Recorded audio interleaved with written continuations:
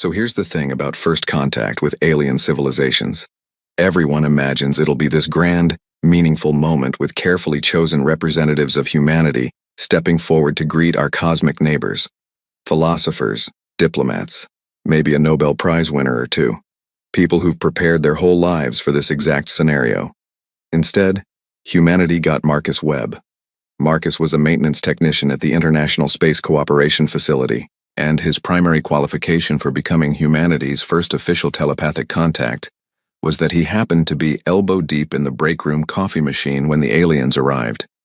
The coffee machine that, and this is important, the Director of Interstellar Relations desperately needed working before the big meeting. So when the Galactic Council announced they needed a human volunteer immediately for their standard telepathic screening process, and the director looked around the room, Marcus was right there.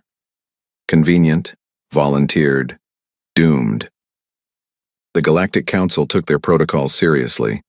Every species joining the interstellar community had to undergo telepathic evaluation. Standard procedure, they said.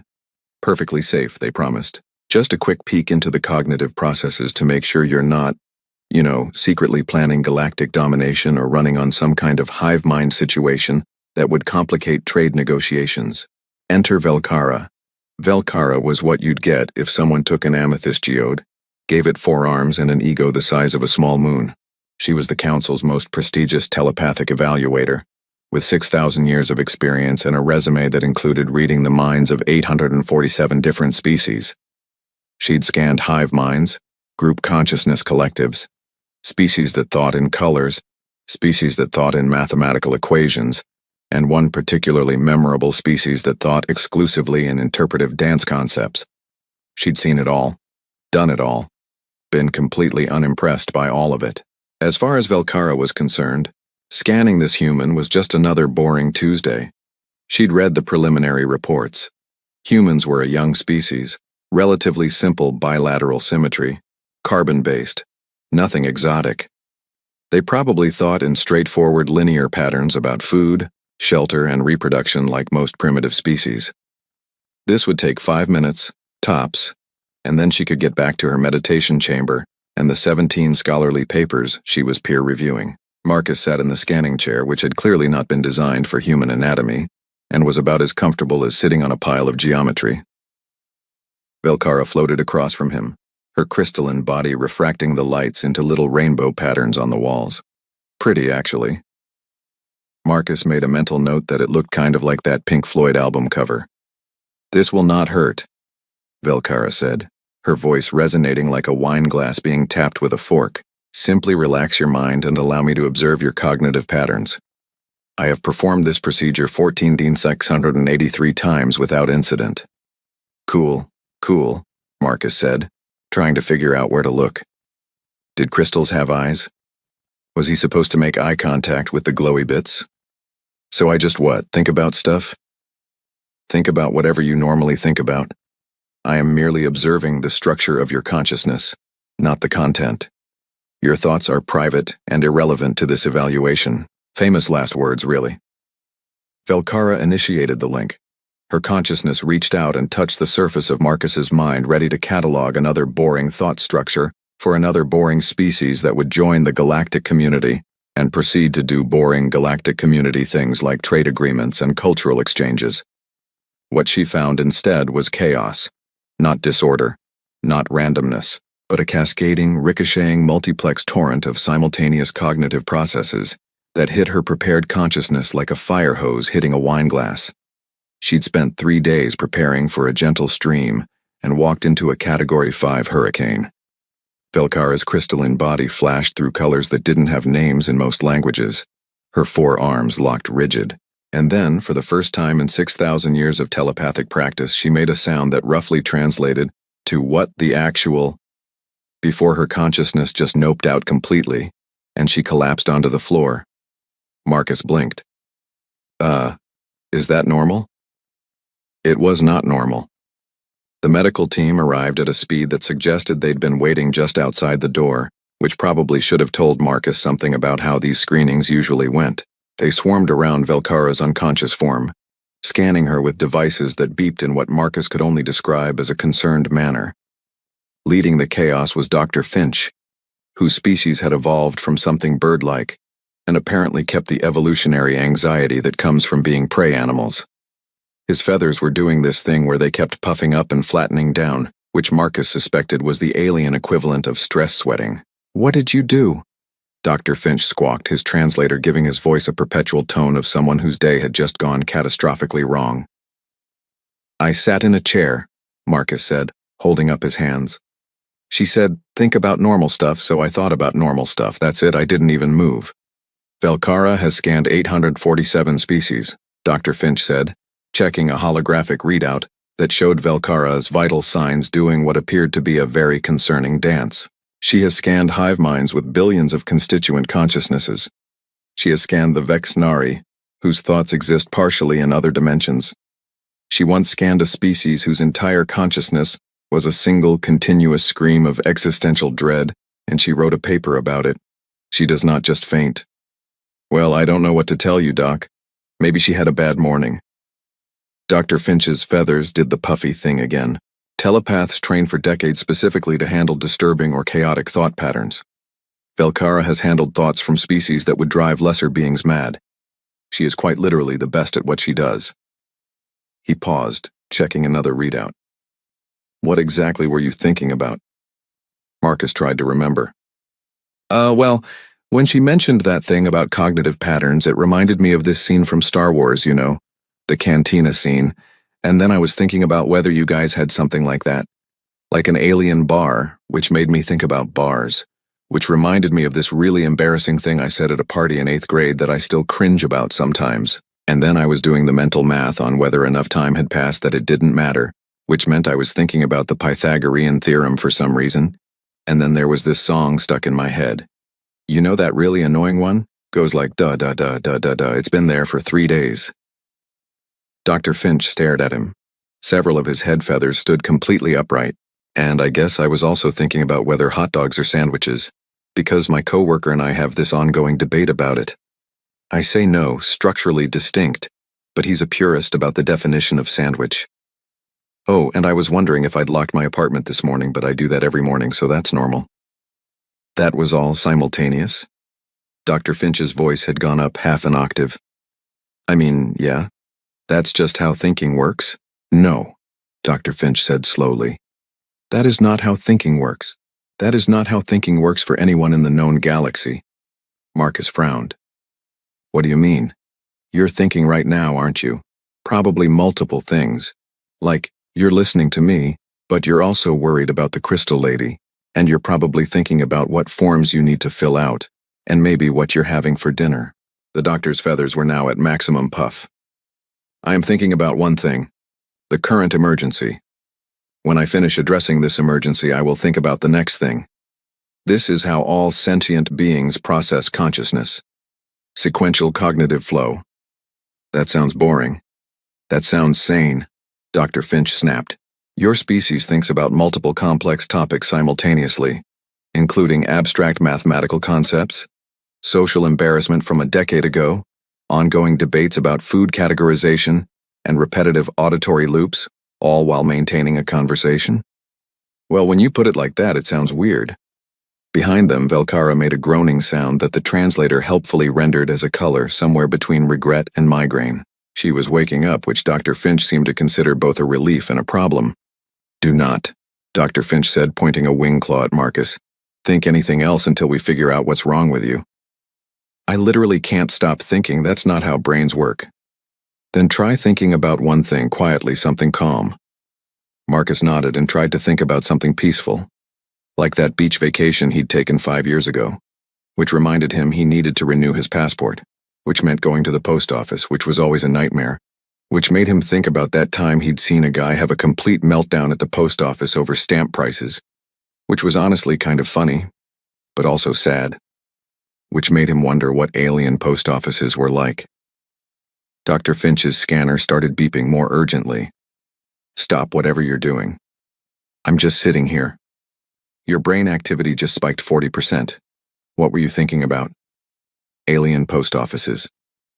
Dr. Finch made a sound that didn't translate but definitely meant, I need a drink. The Galactic Council chamber looked exactly like every stereotype of alien government buildings. Lots of floating holographic display seats arranged in a circle that somehow suggested everyone was equally important, while also having a very clear hierarchy and lighting that seemed designed to make everyone look either ominous or constipated, depending on their species' facial structure. Ambassador Crix presided over the emergency session with all the urgency of continental drift. He was slug-like, moved at the speed of bureaucracy, and had a tendency to repeat things in slightly different ways that made Marcus want to check if his translator was broken, or if the ambassador just really loved the sound of his own voice. We are here today, gathered in this session, convened at this time, to discuss the matter at hand, specifically the issue before us, regarding the situation with the humans, Crix announced, taking approximately 45 seconds to say what could have been said in 5. Marcus sat in what he'd been told was the witness chair, but felt more like the defendant's chair. Around him, representatives from a dozen species watched with expressions ranging from curiosity to what he was pretty sure was the alien equivalent of someone trying not to laugh. On the main display, footage of Velkara's collapse played on loop. It looked worse in replay. The way her crystalline structure had flashed through that seizure of colors, the rigidity of her arms, the way she'd just dropped like someone had unplugged her. It looked, Marcus had to admit, pretty bad. The question we must address, the issue we must confront, the problem we must solve, Crix continued, is what to do about the human consciousness, the human mind, the human cognitive structure. A counselor who looked like someone had given a mantis shrimp the ability to wear robes spoke up. The data suggests humans may be a psychic weapon. Perhaps they evolved this consciousness as a defense mechanism. Or, countered a floating jellyfish situation in a containment sphere, their brain structure is simply too chaotic to properly scan. Primitive species often have disorganized neural patterns. With all due respect, said a third counselor who seemed to be made of living metal, the scans suggest something different. The human brain isn't disorganized. It's doing far too much simultaneously. The question is whether this is weaponized or if they're simply too cognitively challenged to realize how abnormal they are. Marcus raised his hand. Hi, yeah, human here, I can hear you, just so you know. I'm right here. Crix gestured with an appendage.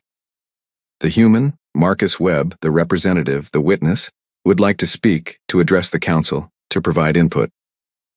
Look, Marcus said, standing up because sitting felt wrong for this. I don't know what happened with the telepathy thing. I was just thinking normal thoughts, human thoughts, the kind of stuff everyone on Earth thinks about all the time. We're not weapons. We're not chaos engines, we're just regular people trying to get through the day. Then explain, the mantis shrimp counselor said, what you were thinking that caused a 6,000-year-old telepath to lose consciousness. Marcus walked over to a display panel that he hoped was a whiteboard equivalent. Okay, so, imagine thoughts are like tabs on a web browser. You guys have browsers, right? No? Okay, imagine like different windows. Most species you're saying have one window open at a time? The council members looked at each other. Several nodded.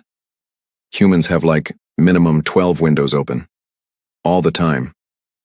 Marcus started drawing on the display, which thankfully accepted his finger as input. He drew a stick figure head. So at any given moment we've got our main thought, right? The thing we're actively focused on. But then we've also got this running commentary about the main thought. And then we've got background processing like that song you can't get out of your head, or remembering that thing you need to do later. And then there's the anxiety subroutine, which is just constantly checking if we forgot something or if we're about to die. And then there's the creative thread that's always running, imagining scenarios that'll never happen. He drew more stick figures, added some arrows, and what might have been a cat, but could also have been a dog. His artistic skills had not improved since 8th grade. And that's just baseline, Marcus continued. That's like brushing your teeth level consciousness. When we're actually doing something that requires thought, it gets way more complicated. Like right now I'm explaining this to you, but I'm also watching your reactions, wondering if I'm making sense, thinking about how this drawing looks terrible, remembering that I need to call my mom later, and there's still that song in my head. The council chamber had gone very quiet. And this is normal? The jellyfish asked. This is how all humans think? I mean, yeah. Some people are better at it than others. Some people have more tabs open. Some have fewer.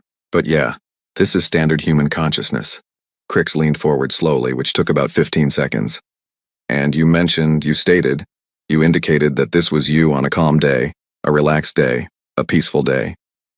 Oh yeah, today's pretty chill. You should see when we're stressed, or creative, or determined to solve a problem. That's when things get really wild. Marcus pulled out his phone, scrolled through his contacts. Like my friend Jenny is a novelist. When she's writing, she's simultaneously thinking about the plot, the characters, what the reader will think, what happens 3 chapters later, whether her sentence structure is boring, if she needs more coffee, and planning her grocery list. All at the same time, she writes great books. Impossible, the metal counselor said flatly. Or my cousin Rick, chess champion. When he's playing, he's thinking about the current board state, the previous 3 moves, the next 5 potential moves, what his opponent is thinking, what his opponent thinks. He's thinking a completely different game he played 2 years ago and whether he left the stove on.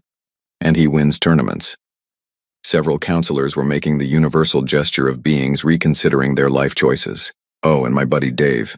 He works 3 jobs, runs 2 side hustles, coaches youth soccer, and is learning Japanese for fun. I don't know when he sleeps, but his brain is just always doing all of it. Velkara, who'd been silent until now, made a sound like crystal wind chimes having a panic attack. Against the better judgment of literally everyone involved, the council decided to try the telepathic scan one more time. This decision was made primarily because the alternative was to admit that humanity had accidentally broken their screening process, and bureaucracy hates admitting things are broken. Enter Zorn. If Velkara was the wise, experienced master of telepathy, Zorn was the confident young hotshot who thought experience was overrated. He was from a species that looked like someone had taken a starfish and made it iridescent, and he'd been making noise for the past decade about how the old guard was too set in their ways, too cautious, too afraid of new experiences. When he heard that Velkara had fainted during a human scan, his first response was laughter. His second was volunteering to show everyone how it was done. With all respect to Master Velkara, Zorn announced to the council, his 5 arms gesturing dramatically. Perhaps 6,000 years of easy assignments has made her soft. The younger generation of telepaths trains specifically for difficult cognitive environments. I have scanned thought forms that exist in non-linear time. A simple human will be no problem. Dr. Finch, who by this point looked like he'd aged several years in several hours, tried to protest. Perhaps we should wait, do more research, test with simpler cognitive connections first. Unnecessary, Zorn said, settling into the scanning chamber across from Marcus. I've undergone extensive mental conditioning. Consider this the psychic equivalent of a hazmat suit. Full shielding, maximum filters, complete protection.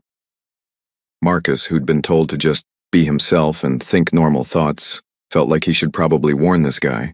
Listen, dude, I don't know what happened with the crystal lady, but maybe take it slow. Your concern is noted and dismissed, Zorn said, his arms arranging themselves into what was probably a meditative configuration.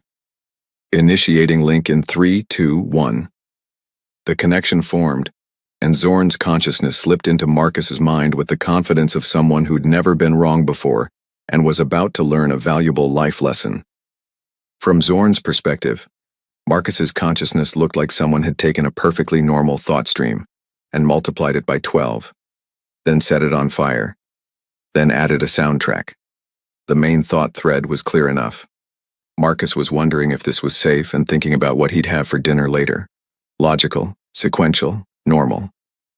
But then there were the other threads. Thread 2 was a conversation Marcus was having with himself about whether he'd locked his apartment, complete with a memory playback of leaving his apartment, which then triggered a memory of a different time he'd left his apartment, which somehow connected to a childhood memory of losing his house keys.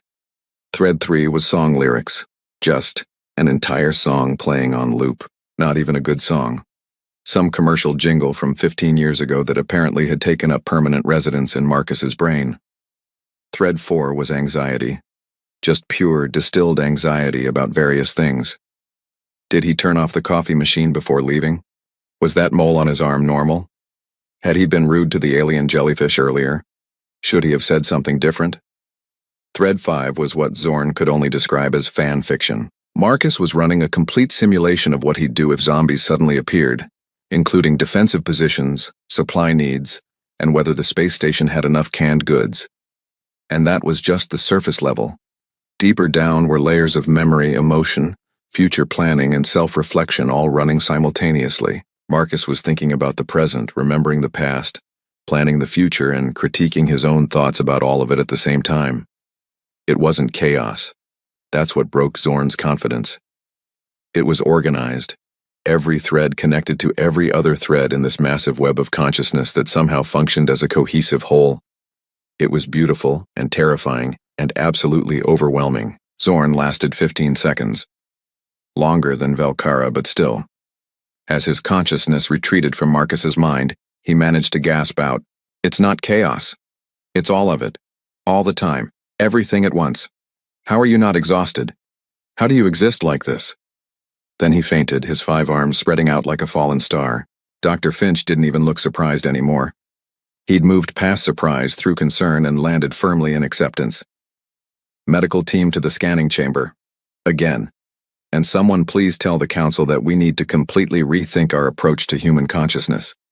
Marcus looked down at the unconscious telepath. "I feel like I should apologize, but I still don't know what I did wrong." "You existed," Dr. Finch said tiredly. "You existed exactly as humans exist, and apparently that's too much for the galaxy to handle." "Is that going to be a problem?"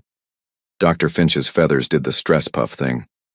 "Marcus, I stopped knowing what constitutes a problem about 3 hours ago. At this point, I'm just documenting the disaster."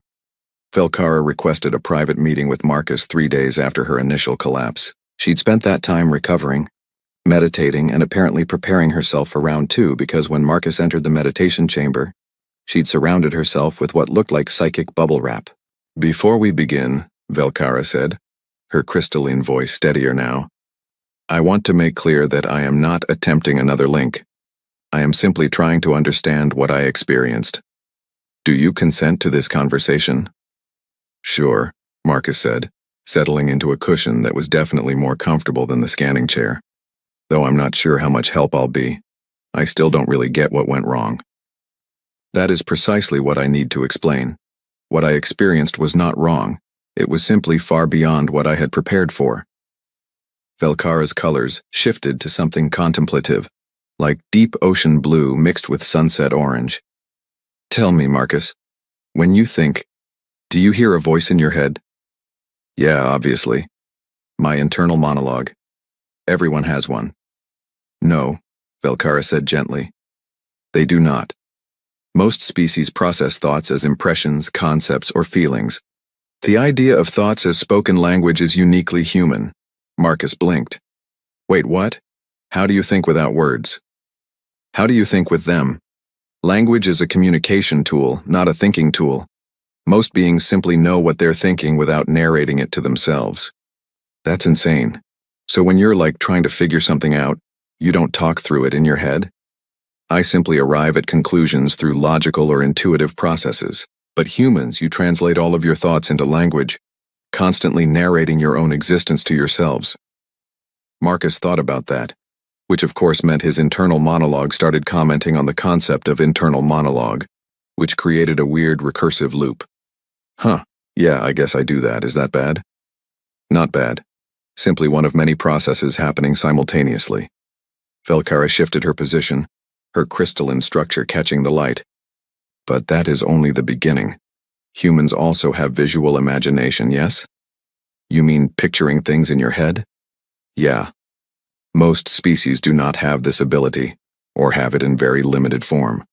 But humans can create detailed images in their minds, can imagine scenarios that do not exist, can visualize the past and potential futures." "Okay, that one actually surprises me. How do you plan for things if you can't imagine them?" "We think through concepts and sequences, but we do not see them as you do." Velkara's colors shifted again, to something that might have been awe. "During our link, I witnessed you simultaneously narrating your thoughts, imagining multiple visual scenarios, processing emotions about past events, planning future actions, and maintaining a running analysis of your own mental state. This is not exceptional for humans." "I mean, that's just normal thinking. Sometimes it's more, sometimes it's less, but yeah, that's baseline consciousness. And you do this every waking moment? And sometimes in dreams, yeah. Velkara was quiet for a long moment.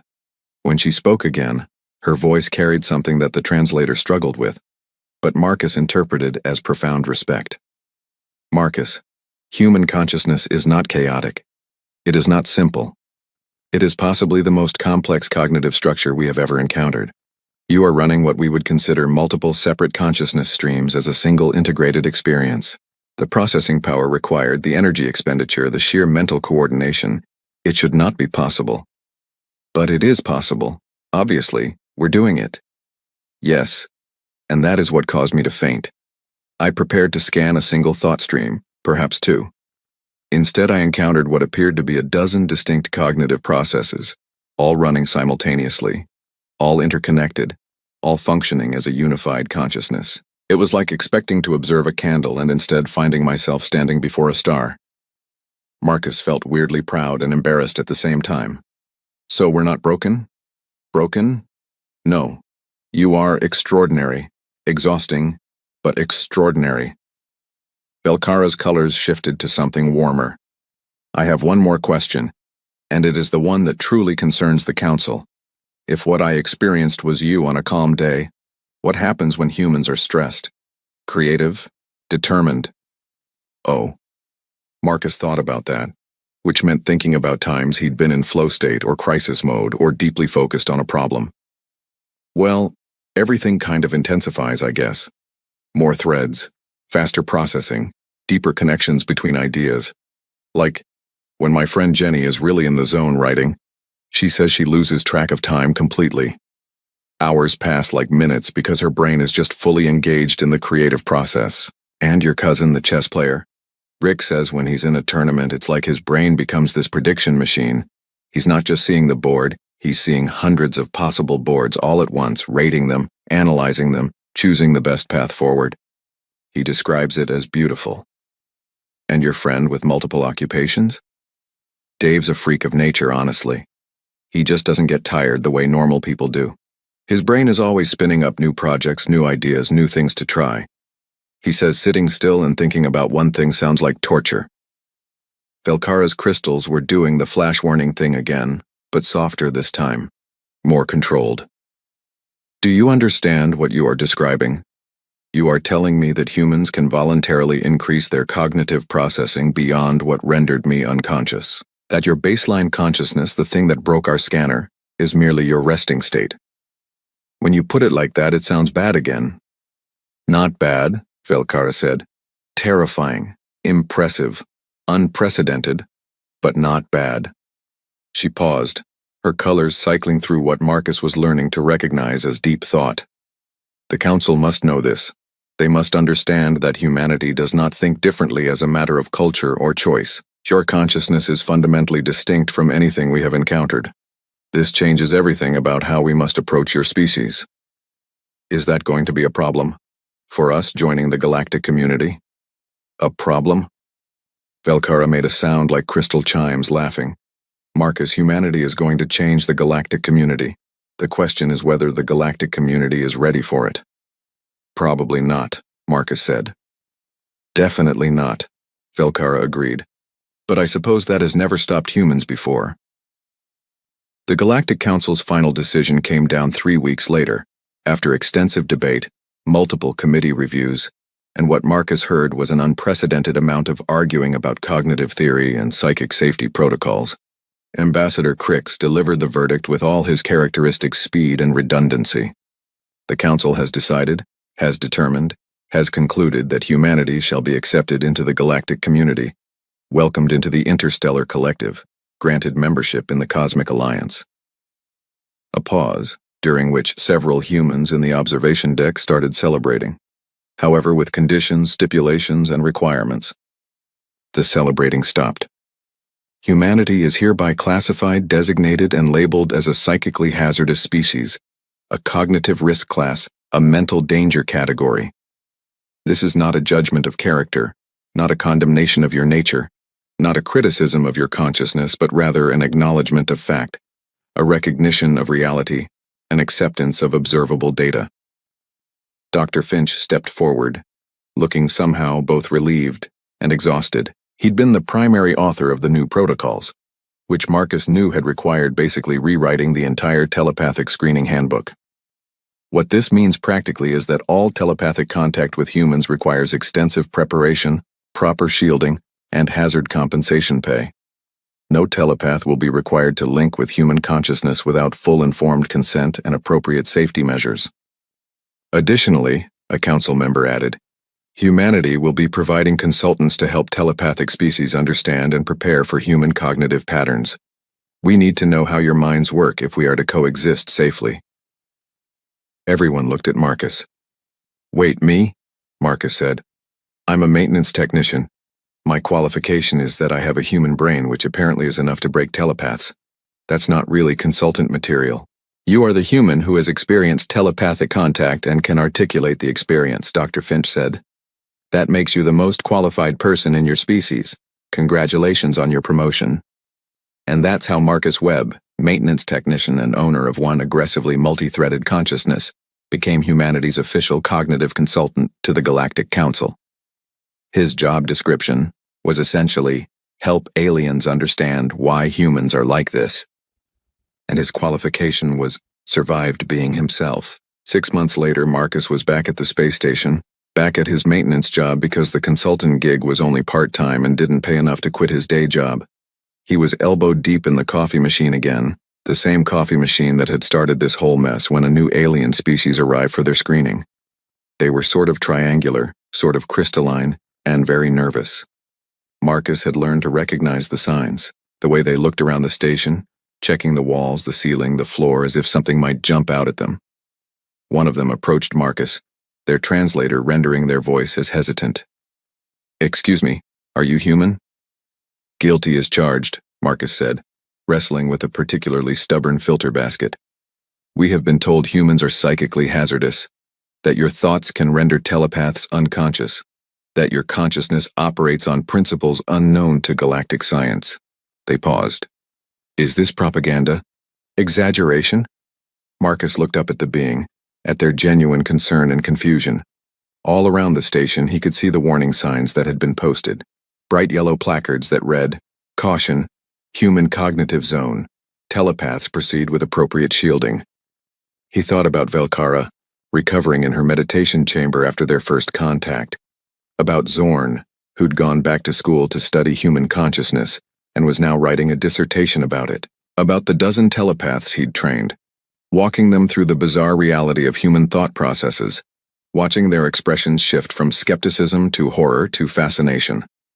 He thought about Jenny and her novels, Rick and his chess games, Dave and his impossible schedule. He thought about the billions of humans back on Earth, every one of them running their own mental orchestra, completely unaware that this wasn't normal, that they were doing something the rest of the galaxy considered impossible. It's not propaganda, Marcus said finally. We're just people. We think the way we think, live the way we live. But yeah, apparently our brains are weird by galactic standards. Really weird. And dangerous? Marcus considered that. Dangerous. The word felt wrong, but he understood why it got used. Not dangerous like a weapon. More like dangerous the way a busy highway is dangerous, or the ocean is dangerous, not because we're trying to hurt anyone, but because we're operating at a level and speed that catches people off guard if they're not ready for it. The alien seemed to process this. You seem very calm about being classified as hazardous. Well, what am I going to do about it? I can't change how my brain works, and I wouldn't want to if I could. This is just who we are. He finally got the filter basket free and pulled it out triumphantly. Besides, could be worse. We could have failed the screening entirely. What would have happened then? No idea. Probably wouldn't have been allowed to join the galactic community. So I guess we should be grateful.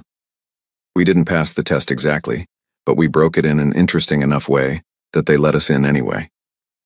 From across the station, Dr. Finch called out, his feathers doing their characteristic stress puff. Marcus, we need you in the briefing room.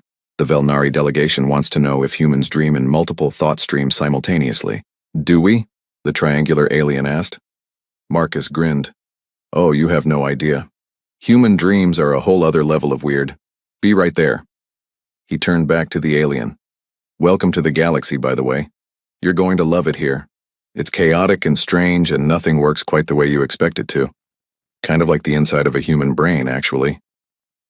As he walked toward the briefing room, Marcus's mind was already spinning through multiple threads. What he'd say to the delegation about dreams, whether he'd locked his apartment this morning, that same stupid song that had been stuck in his head for months now, whether the triangular aliens found his joke funny or offensive, what he'd make for dinner, and a running commentary on all of these thoughts that sounded suspiciously like his own voice narrating his life back to himself.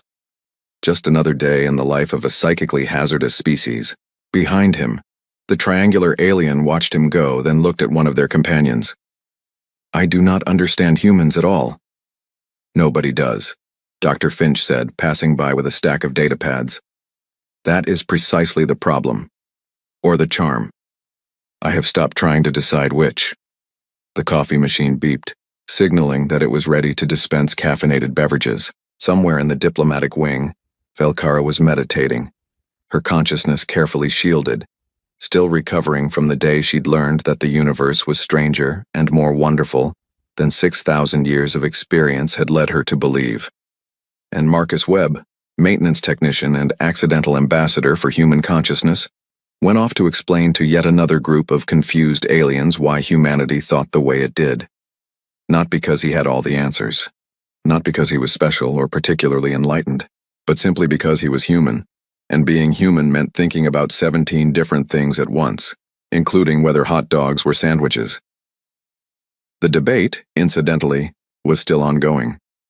As Marcus disappeared into the briefing room, his mind was already working through his explanation, planning his words, remembering previous presentations, worrying about whether he'd say something wrong, imagining how the aliens might react, and still, persistently, playing that same annoying jingle from 15 years ago.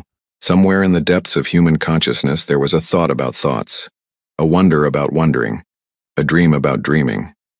And the galaxy, for all its vast intelligence and ancient wisdom, was only just beginning to understand that humanity had been doing this all along.